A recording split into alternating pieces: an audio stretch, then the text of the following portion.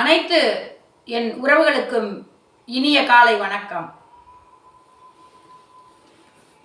ஆண்களுக்கும் பெண்களுக்கும் ஒரு 40 வயசு கடந்தாலே சில பேருக்கு கூணு விழுகுதுங்க. கூண் விழுகுது அப்படின்னா நம்ம வயசாகுது அப்படின்னு அர்த்தம் சொல்லுவாங்க இல்லைங்களா? நம்ம கூணு விழுகுது அப்படின்னா கவலையே படாதீங்க. நடக்கும்போது நிமிர்ந்து நடக்கணும். எங்கன போய் உட்கார்ந்தாலும் இப்படி நல்லா தண்டுவடா நேராக வச்சு நிமிர்ந்து தாங்க உட்காரணும். உட்கார்ற முறையே கரெக்டாக இருந்தால் நம்ம 80 வயசு ஆனாலும் நம்ம இளமையாக தாங்க இருப்போம். சரிங்களா? அதனால் உட்காரும்போது சேர்லையாகட்டும் தரையிலையாகட்டும், அந்த காலத்துலாம் தரையில் ஏன் உட்காந்து சாப்பிட்டாங்கிறது தெரியுமா? கூணு விழுகாமல் இருக்கிறதுக்கு, இளமையாக இருக்கிறதுக்கு அப்படியெல்லாம் செஞ்சா வந்தாங்க. இப்போல்லாம் டைனிங் டேபிள் போட்டு சாப்பிட்றோம், நம்ம இஷ்டத்துக்கு உட்காந்துக்கிறோம். ஆஃபீஸ் ஒர்க் உள்ளவங்க சிஸ்டத்தில் உட்காரும்போது இப்படி தாங்க உட்காடுறாங்க. அது முக்கியமாக ஆஃபீஸ் ஒர்க்கு உள்ளவங்களுக்கு சீக்கிரம் கூணு விழுகுது. முதுகு இப்படி வளைஞ்சு தண்டுவடம் வளைஞ்சு நம்ம கூணு விழுகும்போது நம்ம வயசாகுது அப்படின்னு பார்க்குற தோற்றம் இருக்குங்க. அதனால் நீங்கள் எப்பவுமே எங்கே உட்காந்தாலும் சரி, நிமிர்ந்து இப்படி சேரில் உட்காந்தாலும் சரி, தரையில் உட்காந்தாலும் சரி, பஸ்ஸில் உட்காந்தாலும் சரி, பைக்கை ஓட்டிக்கிட்டு போகிறவங்களா இருந்தாலும் சரி, இப்படி ஓட்டாமல் இப்படி நல்லா இப்படி ஸ்ட்ரென்த்தாக நல்லா இப்படி உட்காந்து தண்டுவடம் நேராக இருக்கிற மாதிரி உட்காந்து ட்ராவல் பண்ணலாம். அதாவது பஸ் ஓட்டுறவங்க, லாரி ஓட்டுறவங்களா இருந்தாலும் நல்லா இப்படி நல்லா ஸ்ட்ரென்த்தாக உட்காரணும்.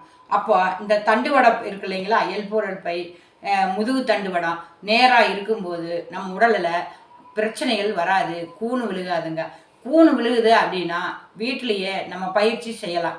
அதாவது இங்கே பாருங்கள், இது வந்து 2 ஒரே கல்லில் 2 மாங்காய் சொல்கிறோம் இல்லையா?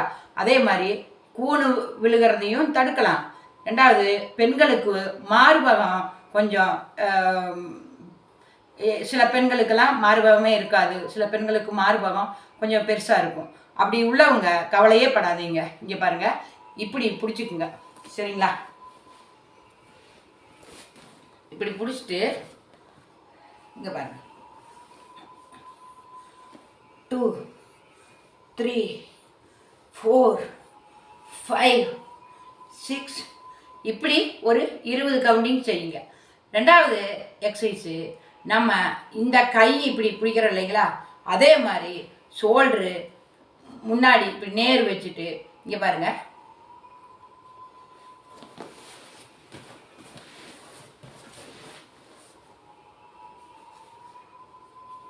இந்த மாதிரி வைக்கிறோம். வச்சுட்டு நெஞ்ச விரிஞ்சு விரிஞ்சு கொடுக்கணுங்க. சரியா? அப்போ இந்த ஷோல்டரு வலி உள்ளவங்களுக்கு வலி குறைஞ்சு தண்டுவடம் வளையாது. 3வது, நம்ம உட்கார்ந்துக்கிட்டு செய்யக்கூடியது தாங்க எல்லாமே. சரிங்களா?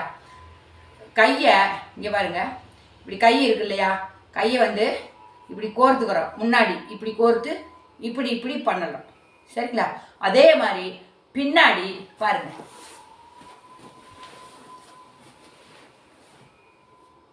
கையை கோர்த்துக்கிறோம், நிமிர்ந்து உட்காந்துக்கிறோம். பாருங்க,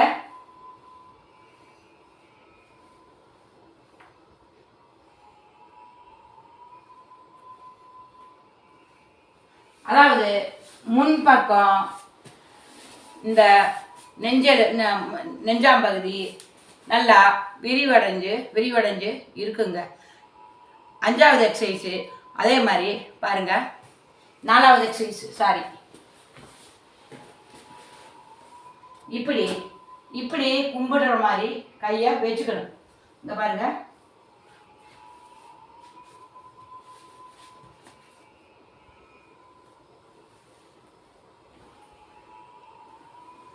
இப்படி கையை கும்பிடுற மாதிரி வச்சுக்கணுங்க.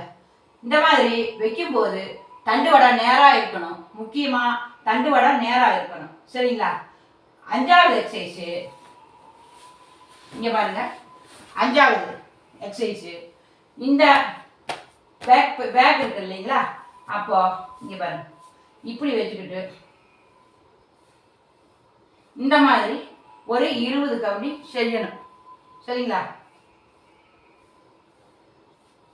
கையை பின்னாடி வச்சுக்கிட்டு ஒரு 20 கவுண்டிங் செய்யும்போது நம் உடலில் தண்டுவட பிரச்சனை இருக்காது, கூணு விழுகாது. நம் ஆரோக்கியமாகவும் இளமையாகவும் இருப்பதற்கு இந்த எக்ஸசைஸை செஞ்சு பலம் பெறலாங்க. நன்றி.